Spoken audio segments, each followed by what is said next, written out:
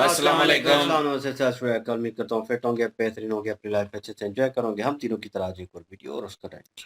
Video का title है जी lucky beast on Dhurandhar, Israel US, Iran war, unknown gunman, Pakistan मोर। और आज ये रौनक की वीडियो है जी लकी बीस्ट के साथ। और अभी जो है वो कल जिक्र हुआ था, कल हमने इनकी वीडियो की थी और उसमें ये ट्रेलर दिखाया गया था। तो चलें देखते हैं अभी कि क्या क्या है इसमें। और क्योंकि इंटरेस्टिंग होती है इनके साथ इनकी पॉडकास्ट। अभी देखते हैं जी क्या होता है आगे, क्या कहते हैं, रिव्यू बाद में देंगे। मेरा नाम है राणा मंदल, मेरे साथ है मोहम्मद समीर खोखर। वेल शक्ल Iqbal so guys, let's start. घर की याद नहीं आई तुझे लक्की? ये अननोन गनमैन और कितनों को मारने वाला है अभी? एक भी ऐसा दुश्मन जिसने इंडिया को थ्रेट देने की कोशिश करी, वो जब तक एक भी जिंदा है तो हिंदुस्तान ने एक वादा किया है सर। हिंदुस्तान ने ये बोला है कि तुम दुनिया में कहीं भी रहो, तुम अपनी कुदरती मौत नहीं मरोगे। सो अननोन गनमैन आपका है या आपने वहां से भी हायर किया हुआ है? कभी अननोन गनमैन ने इंडिया के सबसे बड़े दुश्मन हाफिज सईद पर अटैक करने की कोशिश की है क्या? पूरी गाड़ी में एक्सप्लोसिव लग चुका है। अब जैसे एक्सप्लोसिव लगता है एक कॉल आता है, सस्पेंस कॉल। बोला एक काम कर दो, 100 kg हटाओ उसमें से। बोला सर टारगेट बच जाएगा। बोला नहीं, आज इसको वो मौत दिखाओ कि ये जीवन में कभी भी हिंदुस्तान के अगेंस्ट बोलने की हिम्मत ना करे। अच्छा, मेजर इकबाल को धुरंधर मूवी में घंटे का मेजर इकबाल भी बोला गया है। ये बंदा असली में भी वैसा ही था क्या जैसा दिखाया? आपने कभी आदमी की खाल को निकलते हुए देखा, ऐसे करके छीलते हुए? मेरे पास एक वीडियो थी, उस वीडियो के अंदर पता है क्या कर रहे हैं? चापर से आदमी की खाल को ऐसे निकाल रहे हैं जैसे हम लोग लौकी नहीं छीलते हैं, कद्दू अद्दू। जिंदा आदमी का। आपने एक बार बोला कि दुनिया में कोई भी वॉर कहीं भी हो, ये 4 औरतें हैं जो इस वॉर के लिए जिम्मेदार हैं। कौन है वो 4 औरतें? मैं अभी भी कह रहा हूँ ट्रम्प कोई एजेंट नहीं है सर। जैसे हम पुतिन सर के उसमें और ट्रम्प के उसमें आए तो धरती आसमान का फर्क है। आपने ट्रम्प को ट्रम्प बोला, पुतिन को पुतिन सर बोला। ये क्या है? नहीं सर देखो, आपकी सबसे वर्ल्ड मीडिया को कौन मैनेज करता है? दुनिया की सारी मीडिया को एक जगह बुलाया गया था और पूरी दुनिया की मीडिया को बुलाया था कि क्या लिखना है। किसने बुलाया था? Capsule is the code word of suicide bomber. अब कैप्सूल चाहिए। और ये कहाँ का कोड वर्ड है? ये अपने अफगान का कोड वर्ड है कि कैप्सूल तुम्हें कौन सा चाहिए। अब सबसे बड़ी चीज कि सुसाइड बॉम्बर भी पहली बार पता चला कि सुसाइड बॉम्बर की भी अलग अलग कीमत। जो 4 महीने से मरने की ट्रेनिंग ले रहा है उसकी कीमत सस्ती, जो 3 साल से मरने के लिए बैठा हुआ उसकी कीमत ज्यादा। अच्छा, ये रेट कार्ड है उनका? रेट कार्ड है। बोला जा रहा है कि इसी महीने में इंडिया कुछ बहुत बड़ा करने वाला है। क्या है वो? नमस्ते दोस्तों, आप देख रहे हैं द रौनक पॉडकास्ट टीआरपी पे। वेलकम।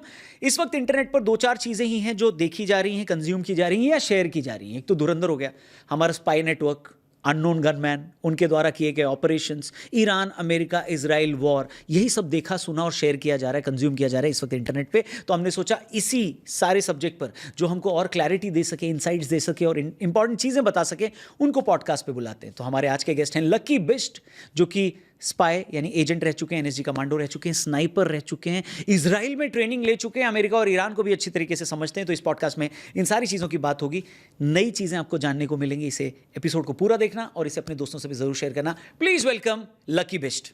जय हिंद सर। क्या हो रहा है दुनिया में? क्या बवाल मचाया आपने? दुनिया बढ़िया चल रहा है इस टाइम। लेकिन सर देखो, दुनिया में कुछ भी हो रहा हो, लेकिन आज भी हमारे घर सब लोग परिवार वाले दुनिया आईपीएल देख रहे हैं ना सर। पूरी दुनिया में वॉर चल रहा है और शाम को देखो आप हर रोज आईपीएल। तो इससे ज्यादा शांति और कहाँ होगी सर? तो आप भी मानते हैं भारत में सबसे ज्यादा शांति है? सर शांति है आज। मतलब लोग ये अगर आज न्यूज चैनल बंद कर दो, दुनिया के सोशल मीडिया बंद कर दो, लोगों को पता ही भी नहीं चलेगा कि दुनिया में वॉर भी हो रही है एक्चुअली, है ना। तो दुनिया को लगेगा ही नहीं वॉर भी है। तो सोशल मीडिया में देख रहे हो आप, दिन भर न्यूज चैनलों में अलग वॉर चल रही है, तब हमें पता चल रहा है वॉर। लेकिन आप मुझे ये बता दो, किसी भी आदमी से ये पूछ लो कि उसको क्या फर्क पड़ा इस देश में वॉर से। अब बहुत सारे लोग बोलेंगे यार कि देश के अंदर इस टाइम क्या है, गैस सिलेंडर ऊपर लाइन। नहीं, वो उस वॉर की वजह से नहीं हुआ सर, लोगों ने अपने घरों में भर दिए। ठीक है, एक पैनिक सिचुएशन। आज भी आप किसी दुकान में चले जाओ, आप डेली का सामान लेने जाते हो, हर रोज सामान खरीदते हो आप, कोई प्रॉब्लम नहीं होती। लेकिन अगर कल किसी को ये बोल दिया जाए कि मार्केट में सामान ही नहीं होगा, आप सबका सामान लेने चले जाओगे, तो पैनिक तो क्रिएट होगा ही ना। तो ऐसा नहीं है, लोगों को लग रहा है कि क्या भ्रम फैलाने वाले बहुत है देश के अंदर कि वॉर होगा, गैस बंद हो जाएगा, चीज़ें बंद हो जाएगा, जबकि ऐसा कुछ भी नहीं है सर। गवर्नमेंट के पास हर चीज़ अवेलेबल है, सब कुछ है, लेकिन एक पैनिक सिचुएशन होती है, उस पैनिक की वजह से प्रॉब्लम आती है। देखिए, यूएस को, अमेरिका को सुपर पावर बोलते हैं। ये सुपर पावर क्या इतना कमज़ोर हो गया है कि वो ईरान को कंट्रोल में नहीं कर पा रहा है? क्योंकि इसमें सबसे इंपॉर्टेंट ऑब्जर्वेशन ये है कि ईरान कहाँ से हमला कर रहा है, कैसे कर रहा है, कहाँ पे उसने अपने मिसाइलें और ड्रोन छिपा के रखे हैं, ये किसी को नहीं पता है, ऐसा एक नैरेटिव आता है, ऐसी खबरें आती हैं। और वहीं दूसरी तरफ CIA बोलता है हम सबसे स्ट्रांग हैं, हमको तो सब पता होता है। तो CIA को ये नहीं पता कि ईरान की न्यूक्लियर वेपन्स कहाँ हैं, क्या सही में बना रहा है नहीं बना रहा है, ड्रोन कहाँ रखे हैं, ये इसका अंदाज़ा नहीं है क्या CIA को? सर देखो, जो हर रोज हम लोग बोलते हैं यार, जो वॉर दिखाया जा रहा है टीवी के अंदर कि अमेरिका एक सुपर पावर देश है, लेकिन सबसे पहले मीनिंग क्या है सुपर पावर की? सर लोग कहते हैं सुपर पावर है, लेकिन सबसे पहले हम ये पूछे यार सुपर पावर का मतलब क्या है? मैं गेस करूं, हाँ इंफॉर्मेशन आपके पास सब चीज की है, इसको एक सुपर पावर की कैटेगरी में ला सकते हैं। हाँ। करेक्ट। बिल्कुल, कि अच्छा आपके पास इंफॉर्मेशन भी है सब कुछ। हाँ। चलो हम मानते हैं कि आपके पास इंफॉर्मेशन है, दुनिया की सबसे महंगी चीज है इंफॉर्मेशन, जी। लेकिन सुपर पावर, मेरे लिए सुपर पावर वो है दुनिया में जो अपनी बात मनवा ले सर। बात चाहे तो वो आज मेरे लिए ईरान भी सुपर पावर है सर, हिला रखा है ना उसने, बोला नहीं निकलने दूंगा यहां से मैं किसी की भी शिप, ठीक है। तो इसका मतलब मेरी नजर में जो आदमी अपनी बात दुनिया से मनवा रहा है वो सुपर पावर है सर। अब अमेरिका की रही हम CIA, हम सिर्फ CIA को देखते हैं, लेकिन मैं ये कहूंगा कि यार अमेरिका की CIA अकेली काम नहीं कर रही है सर, 5 आइस काम कर रही है साथ में। अमेरिका के गठबंधन है ना 5 आइस के साथ, उसके साथ MI6 भी है, ठीक है। उसके साथ न्यूजीलैंड भी है, उसके साथ कनाडा भी है, तो MI6 तो हम जानते हैं ब्रिटेन का है, right? ब्रिटेन है। तो बाकी न्यूजीलैंड और कनाडा कितने स्ट्रांग है? सर देखो, स्ट्रांग तो यूरोप में जितने भी देश हैं स्ट्रांग, यूरोप तो स्ट्रांग है ही, लेकिन सबसे पहली चीज कि जो अमेरिका ये बोलता था कि मैं 28 तारीख को एक हमला करूंगा, 28 फरवरी को, और मैं 24 घंटे के अंदर ही वॉर जीत लूंगा। अमेरिका ने बोला कि 24 घंटे भी नहीं लगेंगे, उसने क्या बोला कि मैं लीडर को खत्म करूंगा और वॉर खत्म हो जाएगा। हाँ। तो लोगों से ये, अगर लोग हिस्ट्री देखो, सबने मुझसे ज्यादा हिस्ट्री पढ़ी होगी, मुझे ये बता दो सर, अमेरिका हिस्ट्री में कौन सी वॉर जीता है सर? कौन सी वॉर जीता है? चाहे अमेरिका ने वियतनाम वॉर लड़ी हो, वियतनाम वॉर से भी वापस आया, अमेरिका अफगानिस्तान में 20-22 साल रहकर गया, वापस आया सर। तो अमेरिका ने वॉर जीता कौन सा है सर? आज डोनाल्ड ट्रम्प अपने 2 स्टेटमेंट देते हैं, वो बोलते हैं कि यार नहीं, अब मैं वापस जा रहा हूं क्योंकि मेरा कोई साथ नहीं दे रहा है। ये गुमराह कर रहे हैं डोनाल्ड ट्रम्प। एक तरफ तो डोनाल्ड ट्रम्प बोलते हैं कि मैं वॉर से वापस जा रहा हूं, मुझे कोई मतलब नहीं है स्टेट ऑफ होमरेस्ट से, तुम अपना अपना देखो। दूसरी तरफ मिडिल ईस्ट में अपने 50,000 सोल्जर डिप्लॉय कर रहे हैं। लेकिन अमेरिका एक चीज और जो दुनिया को नहीं दिखा रहा है, साथ में प्राइवेट आर्मी भी क्या कर रहा है? डिप्लॉय कर रहा है। अब लोग अमेरिका की ये प्राइवेट आर्मी, दोनों के दोनों अमेरिका, 2 प्राइवेट आर्मी, एक ब्लैक वाटर है और एक डाइन क्रॉप है, दोनों के दोनों। एक तो मतलब 1990, मतलब प्राइवेट आर्मी, पहले समझना है कि लोग यार प्राइवेट आर्मी क्या है। देखो उनके पास क्या ऑप्शन होता है। सपोज करो इसी प्राइवेट आर्मी ने, चाहे आप ब्लैक वाटर बोलो, इन्होंने क्या किया, वियतनाम वॉर भी लड़ी, इराक के अंदर भी इन्होंने वॉर लड़ी। होता क्या है, जब भी कोई देश होता है, कोई भी देश, वो देश जब किसी देश के खिलाफ युद्ध लड़ता है तो उस देश का जो भी प्रेसिडेंट हो, प्राइम मिनिस्टर हो, उसे अपने देश को जवाब देना होता है। अगर 10 सोल्जर भी शहीद होंगे तो देश को तो जवाब देना पड़ेगा ना कि यार हमारे 10 सोल्जर शहीद हुए हैं।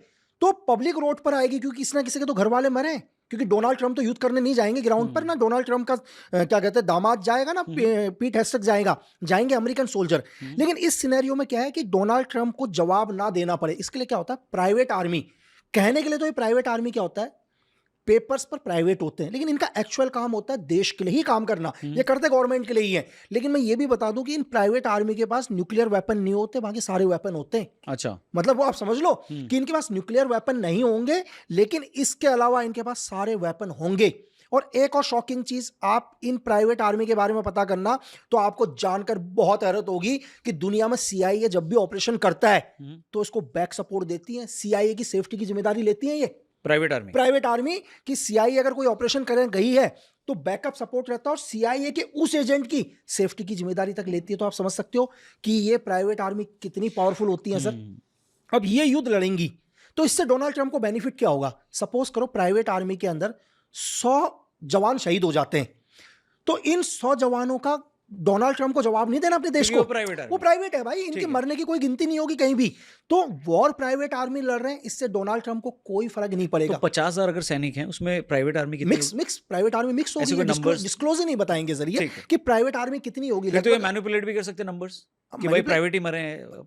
नहीं, ये प्राइवेट का तो बताएंगे नहीं ना सर। हाँ, प्राइवेट का बताएंगे। अगर सोल्जर एक भी शहीद होगा तो उसका रिकॉर्ड होगा, वो तो बताना ही पड़ेगा। अब मैं ये भी कह सकता हूँ कि क्या पता कि ओनली 20% अमेरिकन की एयर ब्रोन हो और बाकी की सारी क्या हो, प्राइवेट आर्मी हो। ये तो CIA को पता होगा, या तो US आर्मी को पता होगा कि ग्राउंड के ऊपर वो क्या कर रहे हैं कि अपनी प्राइवेट आर्मी को कितना आगे रख रहे हैं। दूसरी चीज कि इस पूरे ईरान वॉर को अगर हम देखें तो ऐसा नहीं है कि ये ईरान वॉर आज हमें नजर आ रहा है। अगर मैं थोड़ा सा पीछे लेकर चलूं कि आज दुनिया में पूरा जो जा रहा है, आप हिस्ट्री में चले जाओ, आप जाना 1945 में, 1945 में ब्रिटेन के पीएम थे चर्चिल, और ये अभी जस्ट रशिया ने भी इस चीज का ओके मोहर लगा दी, रशिया भी इसको ओके बोल चुका है। शायद महीने भर पहले आप रशिया के आर्टिकल्स भी पढ़ सकते हैं। एक्चुअली क्या हुआ, चर्चिल ने ये बोला कि यार चलो नाजी तो खत्म हो गए, मतलब हिटलर को हमने हरा दिया, अब क्या करते हैं, लेकिन जितने भी ये पावरफुल देश हैं ये कहीं पावरफुल ना बने, इन्हें कैसे खत्म किया जाए। तो दुनिया में पहली बार एक ऑपरेशन लॉन्च किया एंथीकेबल। आज आप सर्च करना इस एंथीकेबल के बारे में तो आपको 1945 शायद 1 जून का वो दिन और आज ईरान वॉर कहीं ना कहीं आपस में कनेक्ट मिलेंगे सर। कैसे कनेक्ट मिलेंगे कि ब्रिटेन ने बोला कि सबसे पहले हम किसको खत्म करेंगे, हम यूएसएसआर को खत्म करेंगे। दुनिया के अंदर महाशक्ति यूएसएसआर है, तो MI6 इन देशों ने मिलकर क्या किया, यूएसएसआर के खिलाफ क्या करना शुरू कर दिया, प्रॉक्सी वॉर या कोल्ड वॉर करना शुरू कर दिया। ठीक है। और धीरे धीरे आपको पता है कि 1990 के दशक में यूएसएसआर टूट गया। लेकिन जब यूएसएसआर टूटा तो तब भी इन्हें यह नहीं पता था कि रशिया इतना पावरफुल निकलेगा। अब इनका दूसरा टारगेट था किसी भी कीमत पर रशिया को खत्म करना, इसी ऑपरेशन एंथीकेबल का। मतलब चर्चिल खत्म हो गए दुनिया से, चर्चिल चले गए, लेकिन एजेंसी का ऑपरेशन कभी बंद नहीं होता, कभी नहीं। तो उस एंथीकेबल ऑपरेशन से इन्होंने क्या कर दिया, कंटिन्यू रशिया को टारगेट करना शुरू करा धीरे धीरे। आप 2014 के अंदर आप जाकर देखो कि रशिया के अंदर कैसे इंटरनल प्रॉब्लम शुरू हुए, यूक्रेन और रशिया के बीच में कॉन्फ्लिक्ट, और फिर धीरे धीरे इन्होंने क्या कर दिया, जब यूक्रेन और रशिया, यूक्रेन को एक प्रॉक्सी के तौर पर लिया है, दुनिया का भी तब स्टेटमेंट आया था कि यार रशिया और यूक्रेन का वॉर हो रहा है, ये तो 24 घंटे भी नहीं टिकेगा। आज मैं कह रहा हूं यार 3.5 साल हो गए तब भी वॉर चल रहा है। तो बेसिकली नाटो देश की बात हो रही है कि अभी टारगेट कैसे कैसे जा रहा है, ये तो नाटो है। यूक्रेन के भी सबको पता है नाटो है, लेकिन रशिया की एक मजबूरी है, डायरेक्ट एविडेंस नहीं है ना सर। देखो क्या होता है कि रशिया के ऊपर जो भी अटैक्स हो रहे हैं या कंटिन्यू रशिया के साथ जो लड़ रहा है वो यूक्रेन लड़ रहा है, लेकिन रशिया के पास डायरेक्ट ये एविडेंस रशिया को पता है, लेकिन दुनिया की नजरों में वो ये नहीं कह सकता कि भाई अमेरिका ये वॉर लड़ रहा है या ब्रिटेन ये वॉर लड़ रहा है। लड़ने के लिए यूक्रेन लड़ रहा है, लेकिन यूक्रेन को पूरे 32 देशों का सपोर्ट, नाटो का पूरे का पूरा 32 देश जो 3.5 साल से लगातार किसको कर रहे हैं, यूक्रेन को सपोर्ट कर रहे हैं, लेकिन रशिया तब भी फाइट कर रहा है। एक क्वेश्चन है मेरा इसमें। बिल्कुल, रशिया के खिलाफ नाटो देश जो है वो यूक्रेन 32 के 32 वो यूक्रेन को सपोर्ट कर रहे हैं। बिल्कुल। लेकिन यही नाटो देश अब बोल रहे हैं कि अमेरिका से अलग हो जाएंगे, वो सब अमेरिका को अपना एयरबेस भी यूज करने नहीं दे रहे हैं। ये क्यों है? नहीं, ये सिर्फ बताया जा रहा है ऐसा। अच्छा, ये सिर्फ बताया जा रहा है नैरेटिव के लिए। ये नैरेटिव के लिए कि कल आप नाटो के ऊपर ब्लेम नहीं कर सकते हो। लगेगा क्या, सपोज करो मैं और मेरे 2-4 दोस्त हैं, हम सब एक ही हैं, मेरे दोस्त मुझे बोलेंगे यार हम तुझे सपोर्ट नहीं करेंगे, वो दुनिया को सिर्फ ये दिखा रहे हैं कि हम इससे अलग हैं। ग्राउंड के ऊपर ये सब एक है। अगर ये नाटो चाहे या दुनिया के यूएस चाहे, ब्रिटेन चाहे, कोई भी चाहे, ये महज 24 मिनट के अंदर पूरा वॉर खत्म हो जाएगा सर। 2500 मिनट नहीं लगेगा। फिर भी ये वॉर क्यों चल रहा है? इस वॉर में किसी ना किसी को फायदा होगा ना। चलो हर आदमी कह रहा है नुकसान हो रहा है, ईरान बोल रहा है मेरे को नुकसान हो रहा है, अमेरिका बोल रहा है मेरे को नुकसान हो रहा है, दुबई बोल रहा है मेरे को नुकसान, तो फायदा किसको हो रहा है सर? नहीं, फायदा किसको है? अगर वॉर से सभी को नुकसान है तो क्यों ये वॉर हो रहा है? क्या नुकसान वाली चीज कभी की जाती है दुनिया में? सही बात। किसी ना किसी को तो बेनिफिट हो रहा होगा ना सर। तो हुआ क्या, कंटिन्यू यूक्रेन और रशिया का वॉर हुआ। यूक्रेन और रशिया के वॉर के बाद इसके बाद क्या हुआ, वेनेजुला को इन्होंने कैप्चर किया। वेनेजुला को कैप्चर करने के बाद ईरान के ऊपर अटैक, और ईरान वॉर चल रहा है। बहुत सारे दुनिया के लोगों ने बोला कि ईरान वॉर तो 24 घंटे में खत्म हो जाएगा। शायद अगर आप मेरे पिछले वीडियोस भी देखे होंगे सर, जब जिस दिन पहली बार ईरान के ऊपर एक एयर स्ट्राइक करी गई तो मैंने बोला यार ये वॉर जाएगा, 1.5 साल ये वॉर जाएगा, क्योंकि ये वॉर वो नहीं है जो आप देख रहे हो, ये ऑपरेशन एंथीकेबल का हिस्सा है। ये वॉर यहीं नहीं रुकेगा, आप कुछ टाइम तक 1-1.5 साल के अंदर आप भूल जाओगे क्या होगा, क्योंकि यूक्रेन और रशिया की बात हम कितनी करते हैं सर आज, कौन कर रहा है यूक्रेन रशिया की बात, लेकिन वॉर तो चल ही रहा है ना। सिर्फ ये है कि हमको क्या हो रहा है न्यूज में नहीं दिखाई दे रहा है, इसलिए हमें लग रहा है कि यूक्रेन और रशिया का वॉर नहीं चल रहा है। यहाँ अफगानिस्तान और पाकिस्तान का भी वॉर चल रहा है, लेकिन हमारे को नहीं पता चल रहा है कि अफगानिस्तान और पाकिस्तान का वॉर नहीं चल रहा, क्योंकि हम न्यूज में देख ही नहीं रहे। अभी हमारे को क्या दिखाई दे रहा है, America Iran, America Israel. Correct. कुछ दिन के बाद, आप 6-7 महीने के बाद ये न्यूज धीरे धीरे बंद होंगे। न्यूज चैनल वाले बोलेंगे टीआरपी नहीं मिल रही है, क्योंकि पक गए लोग न्यूज देख देख के वॉर। तो उसके बाद क्या होगा, एकदम से चाइना और ताइवान का हो जाएगा। फिर आप चाइना और ताइवान के ऊपर आ जाओगे, यार चाइना और ताइवान का हुआ, ये 2 वॉर आप भूल जाओगे। तो ऑपरेशन एंथीकेबल का मकसद ही यह है सर कि एशिया के अंदर 3 महाशक्ति है। एशिया में रशिया हो गया, चाइना हो गया, हिंदुस्तान हो गया, तीनों सुपर पावर है सर।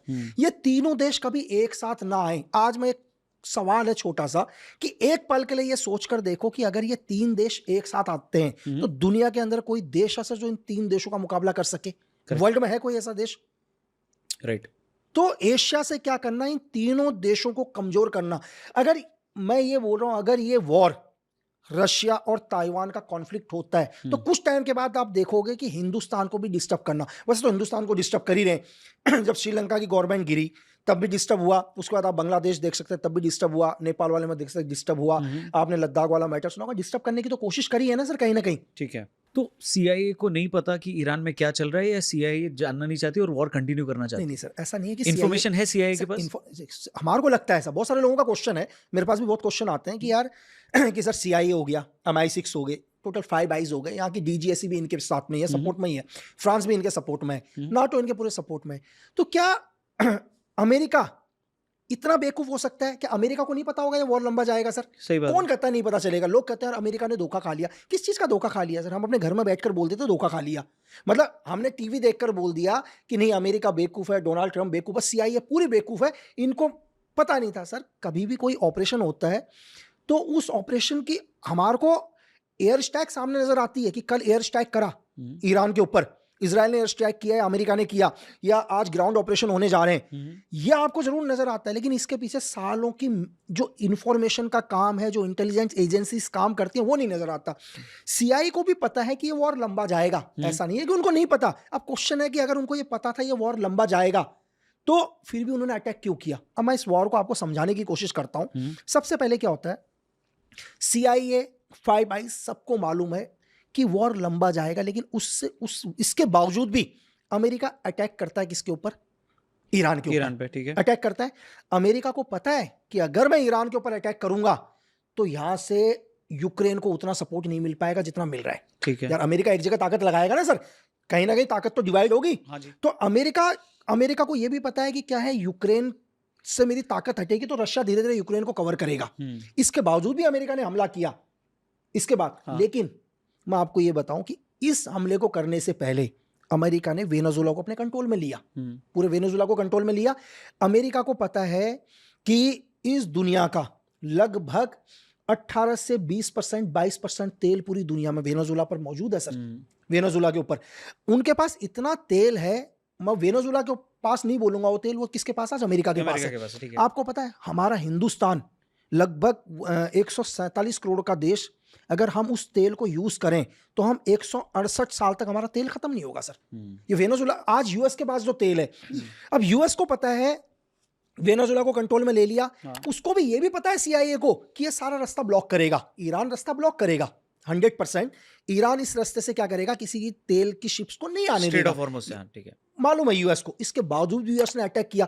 यूएस को यह भी पता है कि जैसे ही मैं ईरान के ऊपर हमला करूंगा, 2 देश रेडी बैठे हुए ईरान को सपोर्ट करने के लिए, चाइना रशिया और रशिया। आज आपको क्या लगता है सर, जिस तरह से जो ईरान काउंटर अटैक कर रहा है, जो ईरान लगातार मिसाइल्स मार रहा है, उनकी हर लोकेशन को टारगेट कर रहा है अमेरिका की, जो अमेरिका के शिप तक B2 तक अपनी मिसाइल भेज देता हो, आपको ईरान का लग रहा है सर? सेम जो सिचुएशन यूक्रेन था वही ईरान हो गया। यूक्रेन को इन्होंने मोहरा बनाया, यहां रशिया और चाइना ने ईरान को मोहरा। ईरान को अब क्या है, अमेरिका का कोई भी टारगेट हो रहा है, कुछ भी, वो नाम किसका आ रहा है? ईरान का आ रहा है। तो इससे रशिया और चाइना को क्या बेनिफिट? उसका दुश्मन कमजोर हो रहा है सर धीरे धीरे। अमेरिका को भी पता है कि यार ये मेरे को नुकसान, लेकिन क्या डोनाल्ड ट्रंप को कोई नुकसान हो रहा है सर? नहीं। पीट हेस्टक को कोई नुकसान हो रहा है? नहीं हो रहा ना।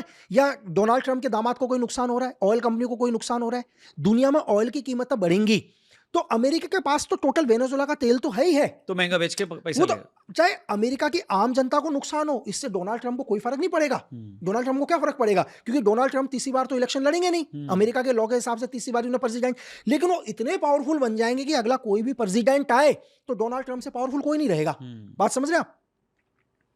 करेक्ट। तो वॉर का सबको पता है कि वॉर का क्या चलेगा, ये रशिया को भी पता है। हर देश अपना फायदा उठा रहा है। या रशिया को क्या बेनिफिट है? रशिया को बेनिफिट है कि रशिया धीरे धीरे पूरा यूक्रेन को कवर कर लेगा।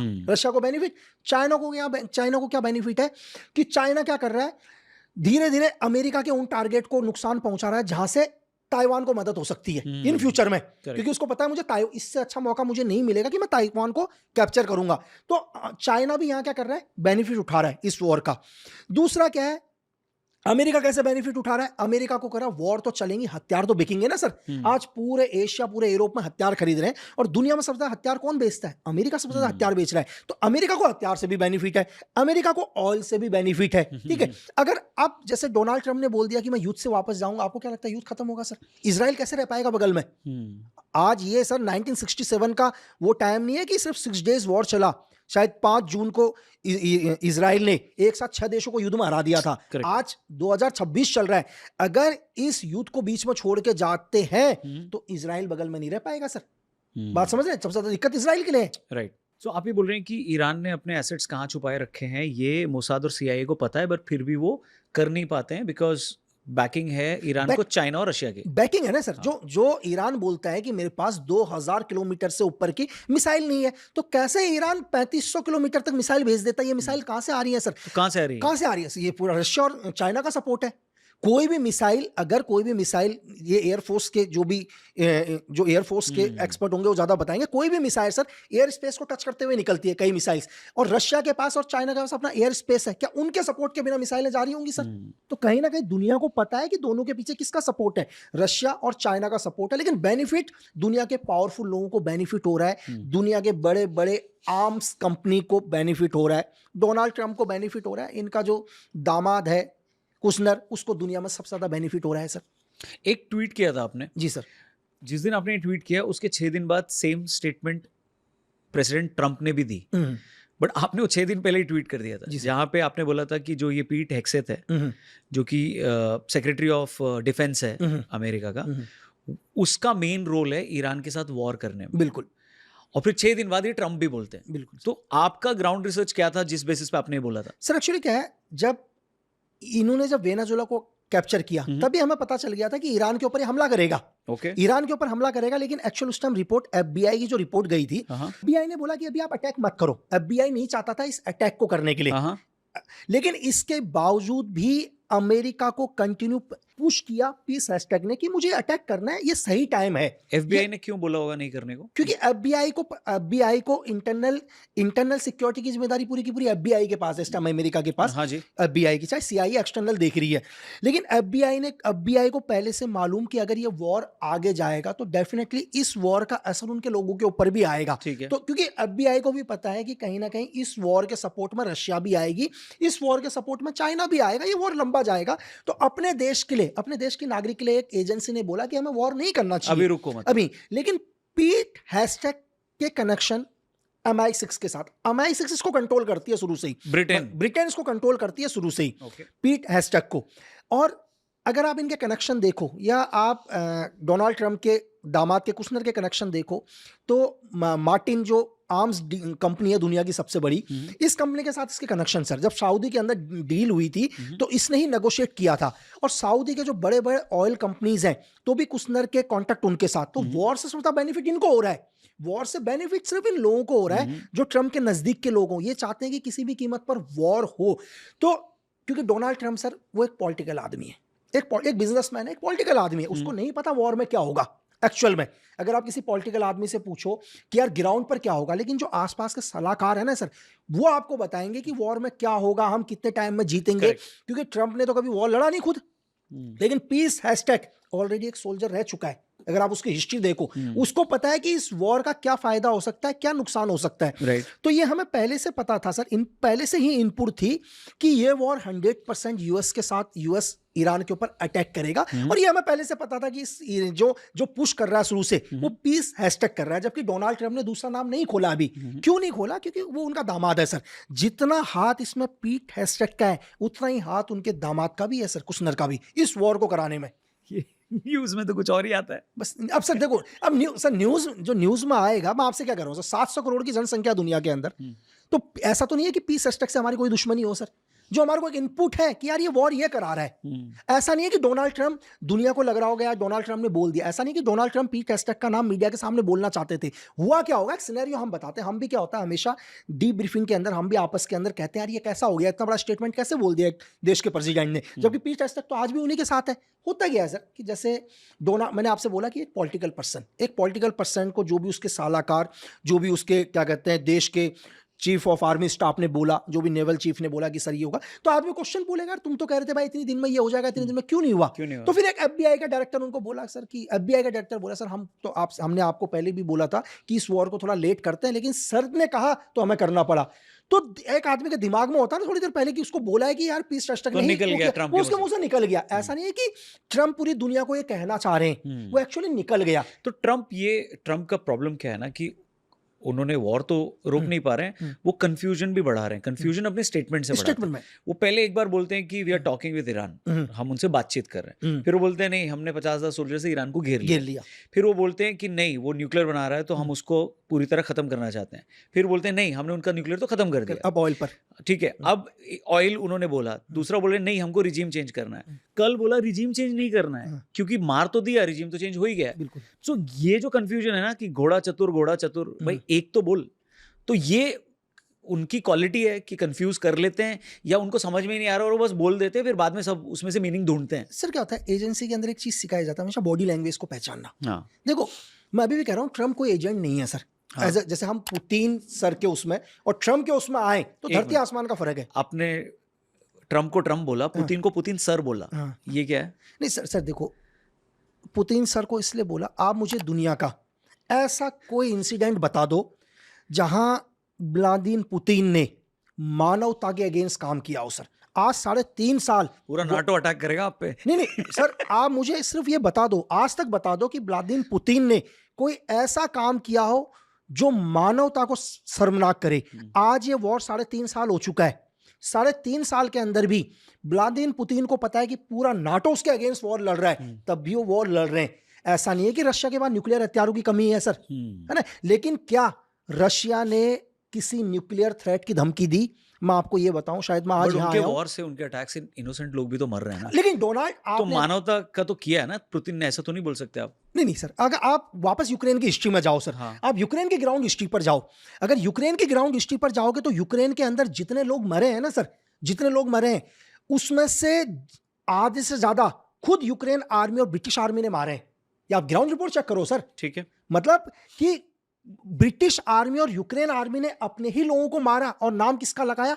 रशिया का नाम लगाया। आपको पता है कि जब यूक्रेन के अंदर वोटिंग हुई थी तो 98% लोगों ने वोट दिया था सर व्लादिमीर पुतिन के साथ कि हमें इनके साथ जाने हैं। आपको पता है यूक्रेन के अंदर क्या किया? यूक्रेन के अंदर रशियन भाषा में बैन लगा दी कि जो रशियन भाषा बोलेगा उसको शूट आउट कर दो करके। अगर कभी यूएसएसआर जब अलग हुआ तो रशिया एक अलग हुआ, तो कभी भी पड़ोसी देश क्या होते हैं, भाषा एक होते हैं। जैसे अगर सपोज करो हमारे आप जैन के बॉर्डर में चले जाओ, आप जैसलमेर में चले जाओ, तो क्या होगा, जो उधर की साइड में जो रह रहे हैं उनकी और बॉर्डर के लोगों की भाषा एक मिलेगी, एक ही होगी।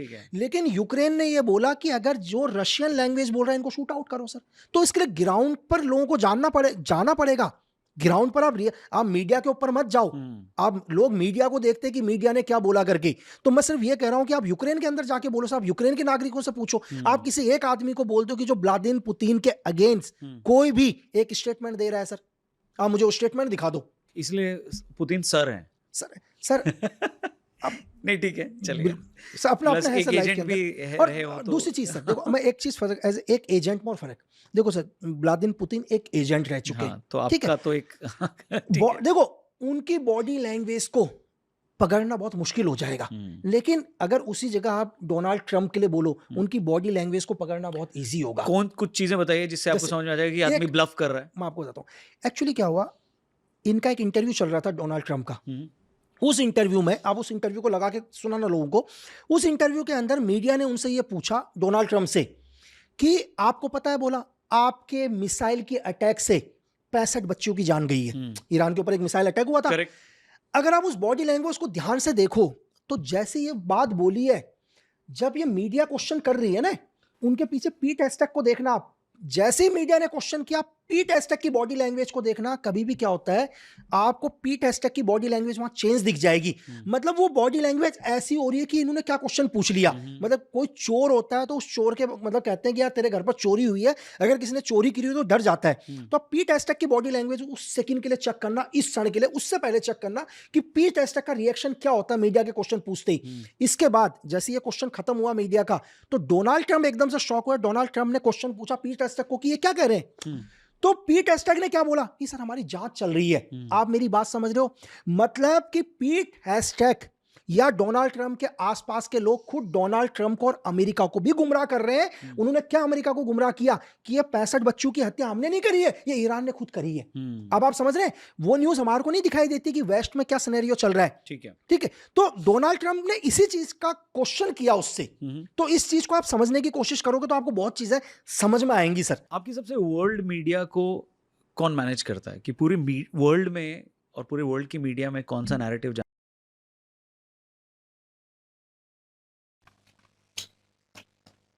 कॉम्प्लिकेटेड होता है जी। एक आम बंदा देख रहा हो उसकी नज़र से देखना मीडिया को, और एक जो है कह लें कि स्पाई जो है वो अपनी नज़र रखता है, तो भाई ज़मीन आसमान का फ़र्क होता है। हम सुनना चाह रहे थे, जिन भाई साहब ने रिक्वेस्ट की, थैंक यू सो मच। और बाकी जी अभी फर्स्ट पार्ट किया है, और इसके 2-3 पार्ट जो है वो करेंगे क्योंकि वीडियो बहुत लंबी है। लेकिन ये है कि बात करते हैं, इन्होंने वही पॉइंट जो है वो रेज़ किया थोड़ा बहुत, और चलें मीडिया के बारे में बाद में बात करेंगे। इन्होंने जो पॉइंट बीच में रखा वो हम डिस्कस कर चुके थे, हमें भी लगता था, क्योंकि हम कोई स्पाई नहीं है नॉर्मल पर्सन ही है, लेकिन कहीं ना कहीं डाउट ज़रूर होता है कि ईरान जो है वो कह लें कि उसके पास एबिलिटी कितनी है, उसके पास ताकत कितनी है, ऑन ग्राउंड कितनी है, ऑन एयर कितनी है, वो उस चीज़ का अंदाज़ा लगाएं। तो भाई उनके पास जो मिसाइल थे उनकी रेंज कितनी थी। इन्होंने रेंज मेंशन की, इन्होंने कहा कि वो इतनी रेंज रखते ही नहीं। तो जहाँ पे उनकी 1000 रेंज है, तो 1000 से वो 3500 वाला जो है, वो 3500 वाला वो जो रेंज है वो कहाँ से निकल के आ गया। और वही बात हम पीछे बहुत सारी वीडियो में मेंशन कर चुके हैं, ये कॉन्फ्लिक्ट देखते हुए, कि जब भी अमेरिका की बात आती थी तो हमारे जहन में यही आता था कि भाई ये बंदा जो है ये इजराइल को मोहरा बनाकर इस हिस्से के ऊपर कब्जा करना चाहता है, और अगर इन्हें को रोक सकता है तो 2 कंट्रियां उसके पीछे जो है वो होल्ड करेंगी कहीं ना कहीं। ठीक है, भारत उसमें होगा, लेकिन चाइना और रशिया जो है सरे फहरिस्त होंगे। तो यहाँ पे वही पॉइंट उसको रेस किया गया कि भाई जो है उसको आगे तो किया गया, लेकिन वो जो है ईरान को आगे कर रहे हैं, और पीछे से वो सारी गेम जो है वो खेल रहे हैं रशिया और चाइना, और वो नहीं चाहते कि अमेरिका यहाँ पे आके बैठे। ठीक है ना। और फिर उन्होंने थोड़ा सा और एलेबोरेट किया कि चाइना जो है वो किस तरह चाह रहा है, क्योंकि आने वाले वक्त में ताइवान के ऊपर वो स्पोर्ट में ना देखे अमेरिका। ठीक है, क्योंकि चाइना ने उधर जाना है, इन्होंने वो भी मेंशन कर दिया बीच में। तो कि आने वाले वक्त में लोगों का ध्यान जो है वो हटेगा, ये पुरानी हो जाएगी बात, टीआरपी नहीं मिलेगी। ये सारी बातें कहीं ना कहीं भाई कनेक्ट करती हैं इनकी, कि मतलब हाँ यार ये बंदा जो बात कह रहा है ये वाकई कनेक्टेड है, और ये होने वाला है। और बहुत सारी चीज़ें हुई हैं, लाइक उन्होंने ट्वीट किया कुछ मंथ पहले, और वही बात रिवर्स जो है वो ट्रम्प ने आफ्टर दैट उन्होंने कह दी। मतलब इनकी पेशेंट गोई और वो जो माइंड सेट था वो ठीक था। तो कहीं न कहीं अमेरिका चाहता था कि भाई वो वहाँ पे होल्ड करे, और जो उसके अड्डे थे भाई वो तबाह करने, तो चाइना ने उसके थ्रू जो है करवाया। सपोर्ट हमें भी लग रहा था, और हम स्टार्टिंग में कह रहे थे कि ईरान ने चलो एक हमला जो है वो कर लिया, और उनकी जितनी रेंज थी, जो उनके मिसाइल की रेंज थी वो उन्होंने कर ली। लेकिन उसके बाद वो जो सिलसिला शुरू हुआ कि लंबी रेंज वाले चलने शुरू हो गए। लाइक सबसे जो मेन पॉइंट था कि जो है कह लें कि टू द पॉइंट इंफॉर्मेशन मिलनी, करेक्ट लोकेशन मिलनी, वो किस तरह कर रहे हैं वो हमें भी शौक था। हम उस वक्त भी वीडियो में हम तीनों ने कहा था कि भाई मदद तो है, बैकअप तो है। हमें भी शक यही था रशिया और चाइना के ऊपर। तो वही उन्होंने मेंशन किया, क्योंकि हम तो एक आम कह लें कि आम नागरिक हैं, आम व्यक्ति हैं, तो हमारा नज़रिया डिफरेंट होगा देखने ये आम नहीं है, तजिया निकार है, पाकिस्तान का थिंक टैंकर है। ये मजाक कर रहा है, बुलाते रहते हैं इसको चैनल वो सफाई कराने के लिए। खैर एनीवेज वो जोक सर अपार्ट, लेकिन यह है कि भाई हम बीच में हम अपने भी जो है नजरिया रखते हैं ना कि यार इस तरह नहीं, इस तरह हो सकता है, क्या सराई होती है। ठीक है ना। और दूर अंदेज थोड़ा बहुत होना चाहिए चीज़ों को लेकर, लेकिन एक स्पाई जब सोचता है तो भाई वो सारी चीज़ों को सामने रखता है कि कहाँ से, क्योंकि एक केस सॉल्व करना हो तो उनको दिया जाता है, उनकी ट्रेनिंग में शामिल होता है कि केस को किस तरह रिजॉल्व करना है। कौन से पहलू हैं जिनके ऊपर आम बंदा नज़र भी नहीं डालेगा, वो सोचेगा भी नहीं कि यहाँ से ये बात भी हो सकती है। लेकिन इन्होंने सारी कड़ियों को खुद से ही जो है कह ले निकालना है, और उलझी हुई उन कड़ियों को दोबारा सुलझाना है और एक केस को, एक मोटिव जो है, एक पॉइंट जो है वो निकालना है। उस पॉइंट के ऊपर ये अक्सर गलत भी होते हैं अपने उस चीज़ को लेकर, लेकिन इनकी ट्रेनिंग में शामिल है। तो वो एक स्पाई की नज़र से लकी बेस जो हैं वो बता रहे हैं कि भाई चाइना इस वे से हेल्प कर रहा है, क्योंकि आने वाले वक्त में उनको पता था कि ताइवान के ऊपर हमने हमला करना है और ये बीच में सपोर्ट करेगा, अमेरिका की तरफ से कोई सपोर्ट ना हो, तो हमने उनके जो एयर बेसिस हैं और जो अड्डे थे, जितनी भी सपोर्टिव जगह थी, वो हमने उड़ा दी। और हमें लग रहा था कि ईरान पागल तो नहीं हो गया, पागल कुत्ते ने तो नहीं काट लिया इसे, कि मतलब वहाँ क्यों हमला कर रहा है। और मेरा भी यही सवाल था कि जिसने हमला किया है, रेंज तुम्हारी बढ़ गई है, तुम शिप जो है उनके ऊपर अटैक कर रहे हो, तुम्हें लोकेशन जो है करेक्ट वो मिल रही है, हर चीज़ सपोर्ट हो रही है, तो वहाँ पे डायरेक्ट हमला क्यों नहीं करते, उसके गिरबान के ऊपर हाथ क्यों नहीं डालते, और ये जो इर्द गिर्द है इनके ऊपर क्यों डाला जा रहा है, बहुत बड़ा सवाल था। और नाउ ऑन वो थोड़ा क्लियर हुआ है कि यार ईरान तो अगेन लाइक इजराइल जो है अमेरिका जैसे कठपुतली उसे बना के यूज़ कर रहा है, या इजराइल अमेरिका को बना के यूज़ कर रहा है, वो भी कंफ्यूज है उस चीज़ में, मैं भी कंफ्यूज हूँ उसको लेकर। लेकिन यहाँ पे ईरान का उन्होंने थोड़ा बहुत कॉन्फ्लिक्ट जो है वो क्लियर किया, और उन्होंने कहा कि ये इंटरेस्टिंग बात ये थी कि जंग का जिक्र तो हुआ, जंग का जिक्र भी हो रहा था, चाइना ताइवान का जिक्र हो रहा था, रशिया और यूक्रेन का हो रहा था, इन सारी वॉर्स का, ईरान और, लेकिन कॉन्फ्लिक्ट जो है वो पाकिस्तान और ये भारत जो है वो बीच में ही है, वो यहीं पे हैं। लेकिन ये है कि इनका जिक्र नहीं हो। उन्होंने कहा जो कॉन्फ्लिक्ट उन्होंने मीडिया के बारे में बताया कि आज इसको जो है ऑन एयर दिखाया जा रहा है, क्योंकि हम मीडिया के थ्रू ही देखते हैं, ये बात इनकी 110% राइट है कि मीडिया ही दिखाता है हमको, उस मीडिया के थ्रू ही हमें पता चलता है कि क्या हो रहा है। उन्होंने कहा कि ईरान अफगानिस्तान और जो पाकिस्तान में कॉन्फ्लिक्ट चल रहा है वो हो रहा है, और एवरीवन नो दैट कि वो सिचुएशन चल रही है, लेकिन उसके ऊपर मीडिया खबर नहीं दिखा रहा और हम तक पहुंच नहीं रही। तो हमें लग रहा है शांत है सब कुछ, ठीक है, कुछ ऐसा नहीं हो रहा, लेकिन बिहाइंड कह लें कि बैकडोर के ऊपर वो चीज़ें चल रही हैं, लेकिन मीडिया दिखा नहीं रहा और आपको पता नहीं चल मीडिया की किसके ऊपर है, ईरान, इसराइल और अमेरिका जो है, इन तीनों के ऊपर, तो वो तीनों को दिखा रहा है। और इस वक्त लग रहा है कि यार ये जंग जो है बड़ा कॉन्फ्लिक्ट बना हुआ है, ट्वीट दिखाए जा रहे हैं और पता नहीं क्या क्या हो रहा है। तो ये सिचुएशन चल रही है। इन्होंने थोड़ा सा एलेबोरेट किया उस चीज़ को कि भाई ये सिचुएशन होती है, और हाँ इनका ट्वीट अगर 6 माह पहले आया भाई, ये 4 माह पहले मेंशन किया उन्होंने, तो वो जो है उन्होंने कहा कि पहले ट्वीट कर दिया और ट्रम्प ने बाद में उसको जो है वो कॉपी किया और मतलब वहाँ पे ट्वीट किया। तो इट्स मीन्स कि ये पहले उस केस के ऊपर उससे बहुत आगे चल रहे हैं, ठीक है ना। और ये जितने एजेंसी से रिलेटेड हैं भाई, इनको पता है कि एजेंसीज काम कैसे करती हैं। इन्होंने बॉडी लैंग्वेज की बात की, मैं हमेशा कहता हूँ कि जब बंदा झूठ बोल रहा हो या इन्होंने 4-5 दिन पहले का कहा है। हैं 4-5 दिन पहले या 4-5 दिन पहले वो बताया था कि पीट एक्सेंट है उसके साथ चीजों के पीछे, सारे कॉन्फ्लिक्ट के पीछे। तो वो 5-6 दिन बाद इंटरव्यू में पीट एक्सेंट का नाम निकल गया था ट्रम्प के मुंह ट्रम्प, से। सॉरी अबाउट दैट जी, डेट जो है वो करेक्ट करनी चाहिए, तो थैंक यू सो मच।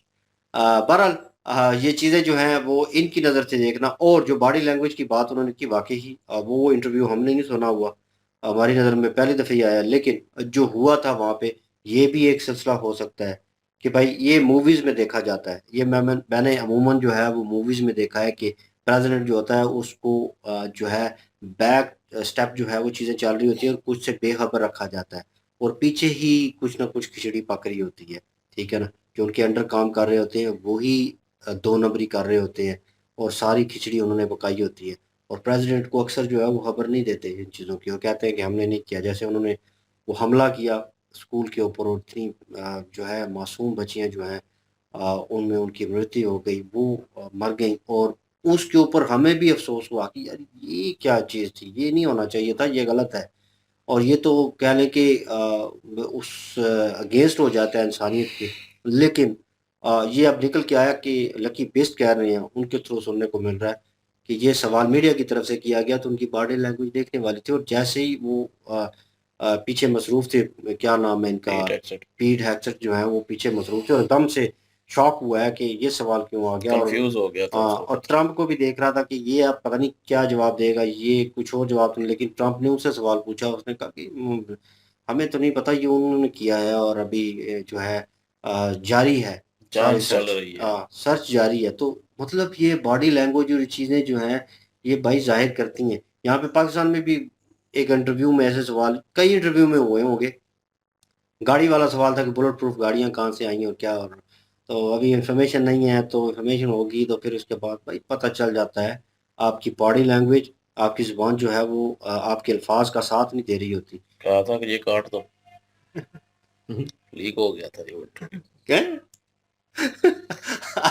वो आज भी सवाल उससे जो है ना मंसूर अली खान से पूछा जाता है कि आपके ये जो पॉडकास्ट था, इंटरव्यू था आपका, आप जो ले रहे थे, तो उसमें ये चीज किस तरह जो है वो लीक हुई। कि कहा था बाकी कि सारे काट देना पूछते ये हैं सब। ना, हाँ बोला गया है ये ना, लेकिन फिर काट भी देना उसने चाहिए। नहीं काटा, उसने उधर ही रहने दिया। चले जी, हम भी उसको कट आउट कर देते हैं। ये जो भी बात हुई है, बहरहाल अभी फर्स्ट पार्ट किया है और इंफॉर्मेशन मिल रही है, आगे भी देखने को मिलेगी जी। बिल्कुल जी, हम मीडिया को देखते हैं इसको और गाड़ी आई है। मीडिया को मद्देनजर रखते हुए हम जो बातें करते हैं, हमने अक्सर यही सोचा होता है कि यार ऐसा होगा, वैसा होगा, ऐसा हो रहा है, जो हमें नजर आ रहा होता है। लेकिन जिस तरह से इन्होंने बातें की हैं कि ग्राउंड पे तो कुछ और ही चल रहा होता है। अब हमने इस युद्ध के माध्यम से जो हमारा नैरेटिव था, वो ये था कि जिस तरह से यूएसए ने ईरान के ऊपर हमला किया और यूएसए ये बात जानता था कि ईरान के ऊपर हमला करने के बाद, क्योंकि ईरान की तरफ से पहले ही स्टेटमेंट जारी कर दिए गए थे कि मिडिल ईस्ट के जितने भी कंट्रीज हैं उनके ऊपर वो हमला करेगा।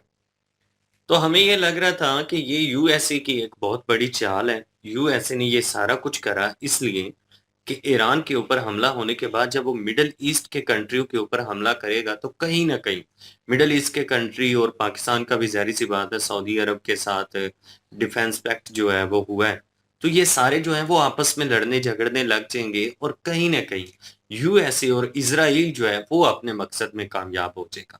लेकिन यहाँ पे इनकी वीडियो देखने के बाद तो कुछ नहीं ही सामने आया कि भाई जितने भी युद्ध दुनिया में हो रहे हैं, हर युद्ध के पीछे कहीं न कहीं देखा जाए तो MI6 जो है उसका पीछे हाथ होता है, जो कि ब्रिटेन की एजेंसी है। हालाँकि सामने ब्रिटेन जो है वो कितना शरीफ बना हुआ था। जब ट्रम्प कह रहे थे कि हमारी हेल्प के लिए आएँ, तो ब्रिटेन ने तो साफ इनकार कर दिया था कि भई हम ये नहीं कर सकते। बाद में कहा कि हम जो है वो अपना एयरबेस आपको यूज़ करने देंगे, 2 फाइटर जेट भी भेजेंगे, लेकिन बाद में कहा, पहले इनकार कर दिया। उसके बाद नेटो के जितने मेंबर हैं, उनका मद्देनज़र रखें तो उन्होंने भी साफ इनकार किया कि भाई हम ये जो युद्ध है, इसमें किसी तरह से भी आपकी सहायता नहीं कर सकते। अब ये सारे मामलात जो हैं वो यूएसए को पता थे और ब्रिटेन और ये नेटो के जितने भी कंट्रीज़ हैं, ये सारे एक ही सोच था। सिर्फ ये था कि दुनिया को दिखाने के लिए कुछ जो है ना वो दुनिया को कंफ्यूज करने के लिए ये सारी चीजें जो हैं वो सामने आ रही थी। ये जो है इन्होंने बताया, इन्होंने कहा है कि ब्रिटेन की जो एजेंसी है उसका एक ऑपरेशन जो है वो शुरू हुआ था, तो उस ऑपरेशन में उन्होंने ये लिया था कि जितने भी पावरफुल कंट्री है ना उनको कमजोर करना है। उससे उन्होंने रशिया और यूक्रेन का जो वार है वही करवाया। हम यही सोच रहे थे कि ज़ेलेंस्की जो है वो इतनी बड़ी-बड़ी बातें करता है, यूक्रेन तो इतनी पावर में नहीं है कि वो रशिया का मुकाबला कर सके। इतना कह लें कि टेक्नोलॉजी भी नहीं है उसके पास, इतनी फ़ौज भी नहीं है, इतनी इनकम भी नहीं है। किसी तरह से भी जो यूक्रेन है वो रशिया के मद्दे मुकाबल जो है वो नहीं आ सकता, क्योंकि बहुत उसके लेवल में नीचे है। लेकिन फिर भी सर्वाइव कर रहा है। कैसे सर्वाइव कर रहा है? तो फिर यहाँ पे ये पता चलता है कि भई उसके पीछे ब्रिटेन और यूएसए जो है वो दोनों पूरी तरह से मदद कर रहे हैं और हर तरह से मदद कर रहे हैं। और जो हमें लग रहा था, हमने भी यही कहा था कि यार पुतिन जो है वो तो एक अच्छे इंसान है। लगता तो नहीं है कि इनोसेंट लोगों के ऊपर हमला करेंगे। तो बहुत सारे इनोसेंट लोगों की जानें गई हैं यूक्रेन वार में। वो पॉइंट भी यहाँ पे जानने के लिए मिला कि वो जो था वो सारा कुछ करवाने वाले पीछे जो बैठे हुए थे वो MI6 थी। दुनिया को गुमराह करने के लिए और रशिया का एक बुरा इमेज जो है वो शो करने के लिए कि ये देखें जी रशिया कितना एक जालिम कंट्री है। युद्ध में देखें कि मासूम लोग जो हैं उनके ऊपर हमले किए जा रहे हैं, ये हो रहा है, वो हो रहा है, इस तरह से दिखाने की कोशिश की जा रही थी। अब जबकि ऐसा हुआ नहीं है, इसलिए इन्होंने जो पुतिन है उनको सर कहा और ट्रम्प जो है उनको सिर्फ ट्रम्प ही कहा।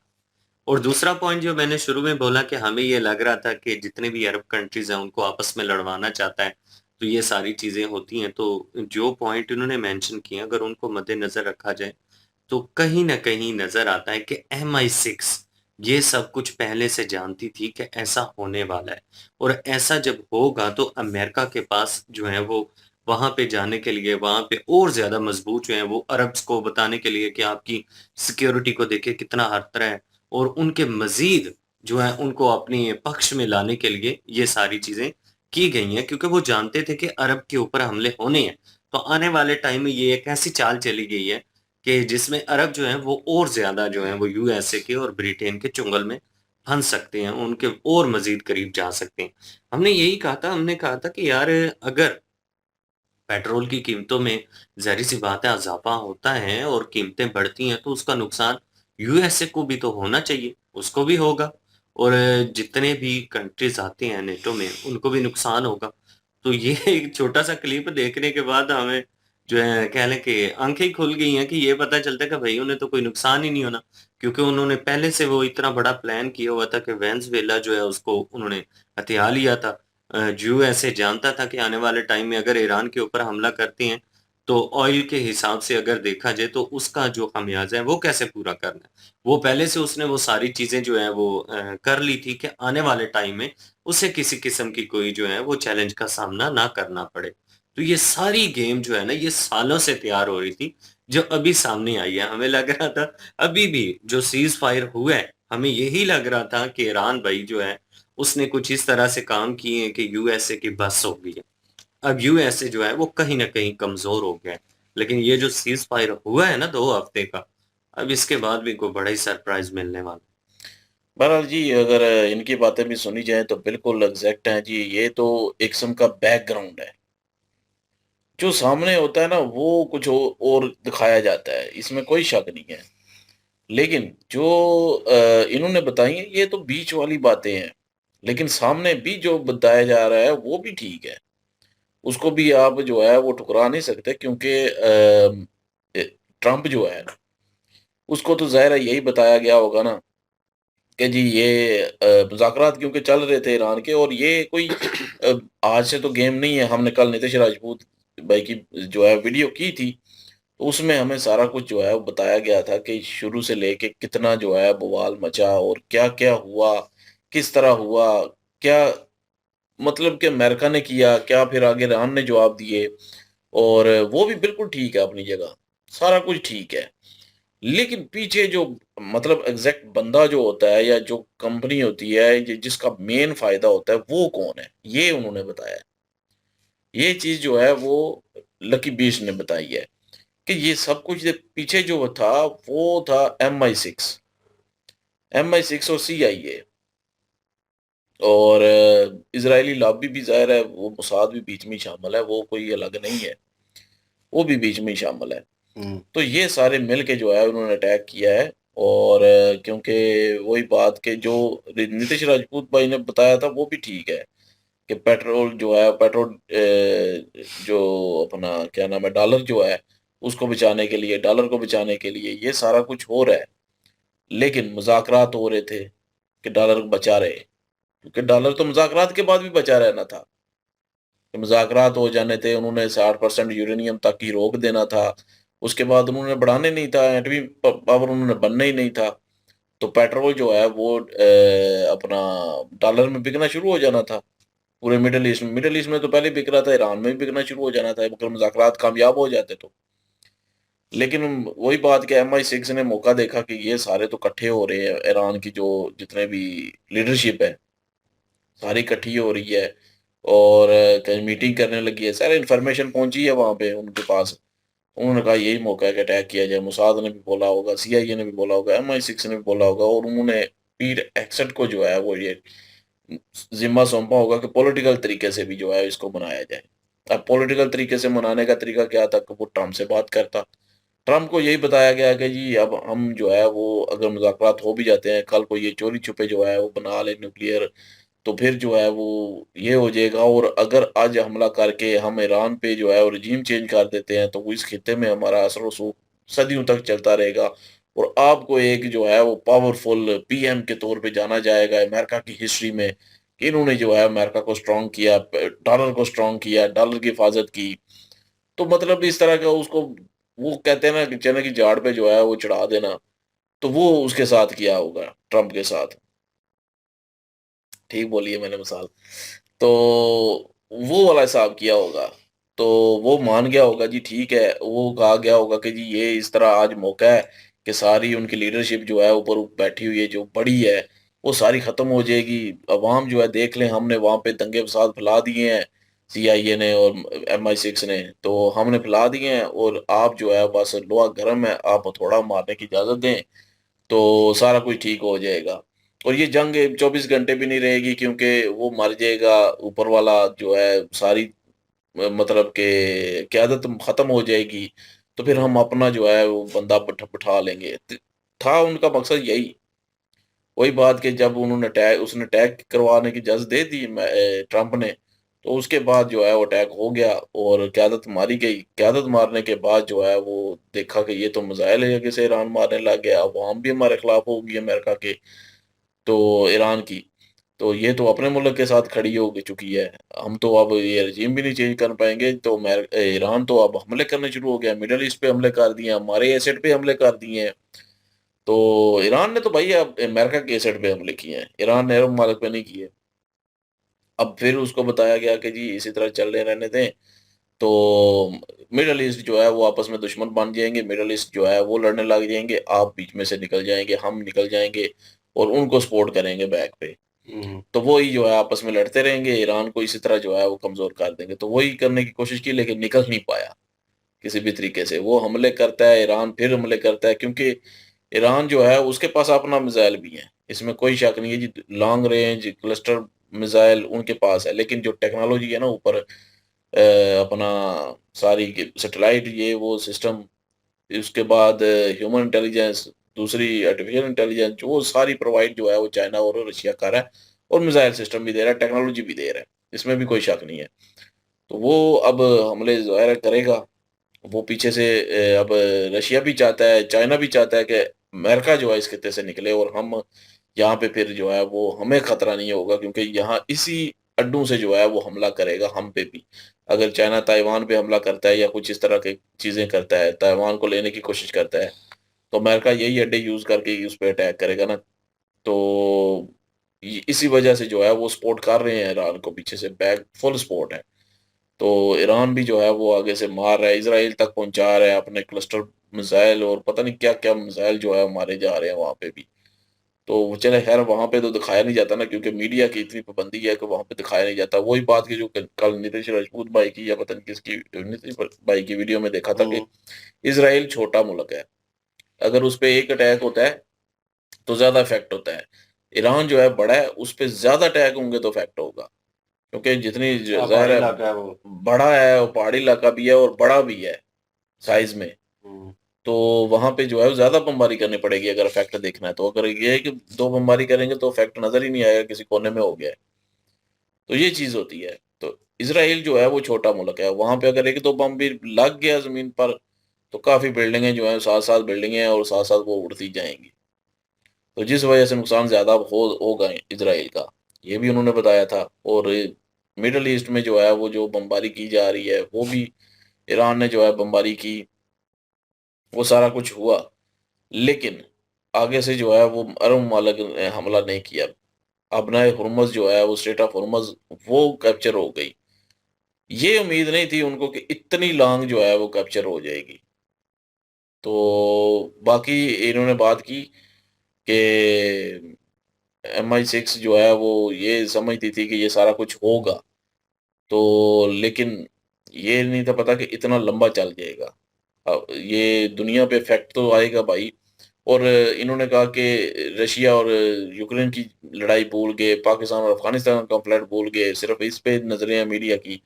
क्योंकि वहाँ पे जो है वो स्ट्रेट ऑफ हॉर्मुज़ है, जिसको कैप्चर किया हुआ है और जिसकी वजह से दुनिया को इफ़ेक्ट हो रहा है। ये नहीं कहा जा सकता कि नहीं इफ़ेक्ट हो रहा, इफ़ेक्ट हो रहा है। भाई हर जगह जो है महँगाई होती जा रही है। मैं देख रहा था यूरोप में पेट्रोल ख़त्म होना शुरू हो चुका है। हुँ। तो इफ़ेक्ट हो रहा है। जिसकी वजह से जो है वो सारी नज़रें इसी पे हैं और इस जंग को रोकने पे हैं। ये रुक जाए और ये रास्ता ओपन हो जाए और जो है सबको मिलना शुरू हो जाए और ये ऑयल की कीमत डाउन हो जाए। अमेरिका को इससे फ़र्क इतना नहीं पड़ेगा क्योंकि अमेरिका का मुल्क खुद का सेफ है। खुद में उसमें कोई महँगाई नहीं होगी, खुद उसने जो है वो उनका पेट्रोल ले लिया, वो क्या नाम है वेनेज़ुएला का, किस्म के अपना हुकूमत वहाँ पे ले आए और वहाँ से उनको ऑयल मिलता रहेगा। उनका जो है वो सदियों जो है ऑयल वही पूरा पड़ता रहेगा। उनको कोई टेंशन नहीं है, परेशानी नहीं है। तो बाकी दुनिया जो है तो मतलब कि प्रेशर पड़ रहा है, अब अमेरिका पे प्रेशर पड़ रहा है दुनिया का कि बस करो। हमें जो है वो हम अपने अवाम को जो है जवाब देना पड़ता है। ज़ाहिर है पॉलिटिकल तरीके से तो अवाम लेना है जवाब, जहाँ पे डेमोक्रेसी होती है, वहाँ पे तो अवाम पूछती है भाई, वहाँ पे पूछती है कि जी पेट्रोल क्यों नहीं मिल रहा है, डीज़ल क्यों नहीं मिल रहा? वो प्रेशर डालते हैं अमेरिका पे, तो इसीलिए वो जंग बंदी वो भी चाहता है अब। सारे ही चाहते हैं कि जंग बंदी हो जाए, लेकिन जो पीछे जिनका फ़ायदा है वो नहीं चाहते। वो कौन है? वो है MI6। वो नहीं चाहती कि ये हो। उसके बाद वो पीट हेग्सेट जो कि MI6 का इन्होंने बताया कि बंदा है, उसी ने हमले करवाए और इसीलिए तो ट्रंप ने पूछा था, हाँ जी, ये क्या बोल रहे हैं कि बच्चियों को जो है वो शहीद कर दिया गया है वहाँ पे। तो उसने कहा अभी जाँच चल रही है। तो बाद में समझा दिया होगा, जो भी बीच में चलती हैं वो व्हाइट हाउस की बातें वो सबको पता ही है क्या हुआ होगा। लेकिन हुआ कुछ इसी तरह ही होगा। पीट हेग्सेट जो है उन्होंने कहा कि वो खरीदा हुआ है। इसमें वो तो ट्रंप ने भी नाम ले दिया था पीट हेग्सेट का बाद में। उसके बाद इज़राइल को फ़ायदा है क्योंकि अगर अमेरिका चुप करके निकल जाता है तो इज़राइल जो है वो कुछ नहीं कर पाएगा आगे। मोसाद कुछ नहीं कर पाएगी फिर। वो आगे नहीं बढ़ पाएगी। वही जो उनका ख्वाब है कि जी थर्ड टेम्पल बनाना, अपना ग्रेटर इसराइल बनाना, वो नहीं कर पाएगी। अगर ईरान से ये छोड़ के चले जाते हैं तो अमेरिका। क्योंकि उनको भी पता है कि इनकी बैक की वजह से हम जो है वो शेर हैं, वरना हमें भी जो है कुचल दिया जाएगा। वो एक वक़्त था जब ताकतवर था, उसने अकेले ने अरब मुल्कों को जो है वो धूल चिटाई थी इज़राइल ने। लेकिन अब ईरान जो है उस पे भारी है क्योंकि ईरान के पीछे अब रशिया और चाइना भी है। अब रशिया और चाइना जो है वो तो सपोर्ट करेगा, उसको भी फ़ायदा है कि यहाँ से अमेरिका को जो है वो निकाला जाए। जिस तरह पहले पता है बात कर रहे थे कि जी ये क्या हो गया कि चाइना और रशिया सिर्फ बातें करते थे, वो कोई सपोर्ट नहीं कर रहे ईरान की आके, कोई भी साथ नहीं खड़ा हो रहा। पता है आपने सवाल किया था एक बार बीच में, तो मैं उस वक़्त भी यही बोला था कि ये सरेआम खोल के कोई भी नहीं आता, कोई भी मुल्क नहीं आता। ये सारा कुछ पीछे बैक पे जो है वो सपोर्ट की जाती है और बैक पे वो कर रहा है और ईरान को मिल रही है सपोर्ट। और इसी तरह यूक्रेन का नाम आता है, अमेरिका का नाम नहीं आता, लेकिन सिर्फ ये आता है कि जी अमेरिका उसको सपोर्ट कर रहा है। लेकिन अमेरिका खुल के तो नहीं अटैक कर रहा रशिया पे। तो रशिया के पास सबूत ही नहीं है कि कौन मेरे पे अटैक कर रहा है, MI6 कर रही है, यूरोप कर रहा है या वो कर रहा है। नाटो तो बीच में शामिल है, लेकिन सामने यूक्रेन है, इधर सामने ईरान है, लेकिन बैक पे चाइना और रशिया भी है। सिर्फ नाम आता है, सबूत किसी के पास नहीं है। जब खुल के आएगा तो फिर तो भाई बात बढ़ जाएगी ना, फिर तो वर्ल्ड वॉर शुरू हो जाएगी। इसे खुल के कोई भी नहीं आता, अपने-अपने मोहरा बनाया हुआ। लेकिन आगे सुनेंगे जी, आगे और क्या-क्या इंटरेस्टिंग जो है वो बातें होंगी और मज़ा आया जी यहाँ तक देख के और इनकी बातें सुन के अच्छा भी लगता है क्योंकि ये डीपली जो है वो हमें बताते हैं कि डीपली क्या चल रहा है, बैकग्राउंड पे क्या चल रहा है, उससे पीछे क्या चल रहा है, पर्दे के पीछे।